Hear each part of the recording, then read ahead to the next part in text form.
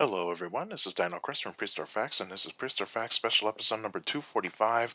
We're going to be talking about a carnivorous dinosaur today, and that carnivorous dinosaur is Tyrannotitan. And so here's an artist rendition of what Tyrannotitan possibly looked like. And so, yeah, and this is somewhat of a size chart as well, so let's actually continue. So the name Tyrannotitan means tyrant titan, and the length is 38 feet or 11.6 meters. Height is 10.5 feet or 3.2 meters. Weight is 10,000 to 14,000 pounds. Lived 113 to 100.5 million years ago in the early Cretaceous period. And fossils are found in Argentina and was described by Novas in 2005. So this dinosaur is 20 years old since its description, which is crazy, which is really, really crazy, is that this dinosaur's 20 years old from when this video has been recorded and uploaded. So that's amazing. And so here we actually have a map of South America, and where I have the country that is highlighted here, that is in green, and that's part of South America. The southern part right here, that's Argentina. That's where the fossils of Tyrannotitan have been found, and so that's where you're going to find Tyrannotitan, mainly in the Patagonia part of Argentina. And so here's a size chart uh, of Tyrannotitan compared to a modern female human.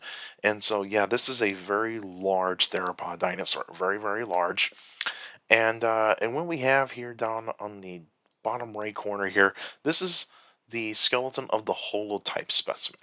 And so what we have here is not a very complete specimen.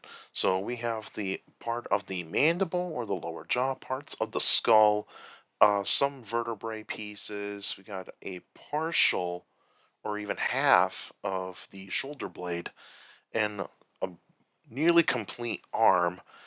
We got almost complete limbs. The pelvis is kind of not totally complete, and we got one tail vertebrae. And so this is not really a complete animal. So this is less than 50% complete.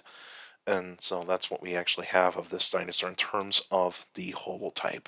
There are some other specimens that have been found. It's just that they're not really complete. And so yeah, let's actually continue on. So more information about Tyrannotitan. It is part of the Carcharodontosauridae family, so it is a Carcharodontosaur. So it's similar to Giganotosaurus, Carcharodontosaurus, Mapusaurus, uh, Acrocanthosaurus, Concavenator, those sorts of dinosaurs. But it's part of the Giganotosaurinae family, or the Gigosaurini. And so it's related to Giganotosaurus, but it's a basal um, Giganotosaurinae. Giganotosaurinae. So it's basal, so it's an early version of a Giganotosaur. And so the typical features of this dinosaur, it's very similar to other Carcharodontosaurs. It's got a long skull uh, that is more likely between 5 and 6 feet long, more likely towards 5 feet. And it's got knife-like teeth, so these are very blade-like teeth, designed for slicing rather than crushing. And so not like tyrannosaurs, uh, where tyrannosaurs have more of a more powerful bite, designed for like higher bite forces. This animal would not have very strong bite forces compared to, say, tyrannosaurs. But this animal does have short arms with three-fingered hands with claws. So these would be very similar to other Carcharodontosaurs that have the smaller arms with three-fingered claws. And that's what they actually have. And and of course, this is a carnivore. This is a meat-eating dinosaur. The environment in which Tyrannotitan lived in would have been warm and dry. It would have been wet and dry seasons. There would have been plenty of trees, ferns, cycads, flowers. No grass, of course. There was no grass during that kind of time of the dinosaurs. Uh, and there would have been plenty of rivers, lakes, and ponds. And there would have been plenty of other animals around, like insects, amphibians, reptiles, mammals, birds, or avian dinosaurs, pterosaurs, and other non avian dinosaurs. And so, what did it prey on? And so, Tyrannotitan would have been the top predator in its ecosystem. Would have been the largest predator in its ecosystem.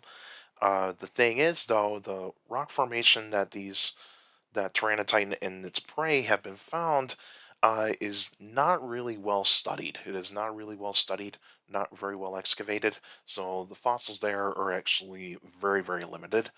But Patagotitan was actually found in there, and also Chibutisaurus.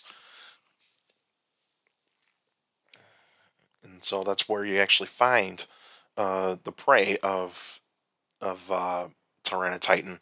And it's because, and so Patagotitan lived alongside Tyrannotitan and also Chibutisaurus, but Patagotitan so far is the largest sauropod, but it's a titanosaur, and so that's what we actually have for its prey. It's mainly the sauropods or the titanosaurs. So that's what Tyrannotitan is mostly going after so far.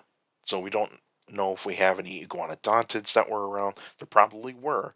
It's just that there probably haven't been any fossils of them discovered yet during the time of Tyrannotitan, or the rock formation that contains Tyrannotitan, Patagotitan, and Djiboutosaurus. And the extinction of Tyrannotitan was mostly due to climate change.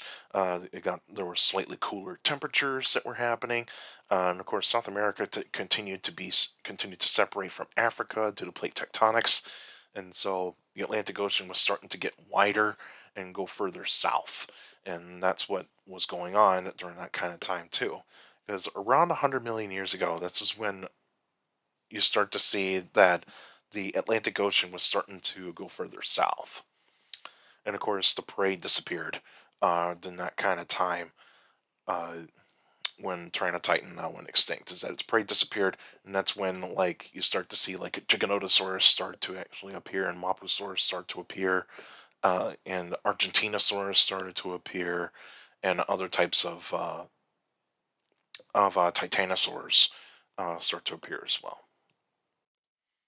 And so here's a map of 105 million years ago in the early Cretaceous.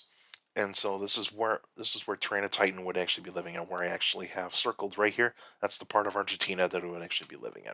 That's where it would be at. And so the next episode will be on June 19th, 2025, and there'll be an extra episode, and this will be the King, Tyrant, and National History of Tyrannosaurus Rex book review. So I got the book last month, and so I will be doing a review of this book. This is a huge book, and it came out this year, and so this is a book I was looking forward to of actually reading, and so yeah, I'll do a book review of this for the extra episode next week. And you can still send me questions about dinosaurs and other prehistoric life by emailing me at dinochrist71@gmail.com, or go to my Facebook page, Prehistoric Facts with Dino Chris. Like the page, you actually post your questions in the comments section. Please put them in the comments section. Don't put them by Messenger. Messengers are private conversations, so please put your questions in the comments section on any Facebook post. And also for YouTubers out there, like the video, subscribe to the channel according to my analytics. A lot of you guys are checking out my channel, not subscribed yet. So please feel free to hit that subscribe button, and also hit the like button, because that's how the YouTube algorithm works. The more likes the video gets, the more likely the video gets spread out to people that are interested in dinosaurs, prehistoric life, paleontology, and geology in general. So please feel free to do so. And also share the video, share the channel to anybody that is interested in dinosaurs, prehistoric life, paleontology, and geology in general. So please feel free to do that as well. And also hit that notification bell so that you can get weekly notifications of every video that comes out. And also you can check out the posts on the YouTube channel. So go to my YouTube channel, go to posts, you'll see some polls, and you'll get to see some updates of like some episodes are going to be coming out, and even like some paleontology news that has been coming out lately. And yeah, and so I'll be doing some polls every 3 days, and so the newest poll should be up already. The next poll will happen on Friday after this video gets posted. or upload it, or yeah, post it, I should say. And then yeah, so hit that notification bell, and also your YouTubers out there, leave your questions in the comments section because I do read them all of you guys are sending me questions via email, Facebook, and YouTube. You guys are awesome. You're giving me some great questions for those Q&A episodes, so keep up the great work, and also make sure you keep your questions short and to the point. You can also follow me on Instagram at downhot.chris.pf. I post pretty cool stuff on there. You can also follow me on Threads, same thing, at downhot.chris.pf. I post pretty cool stuff on there as well.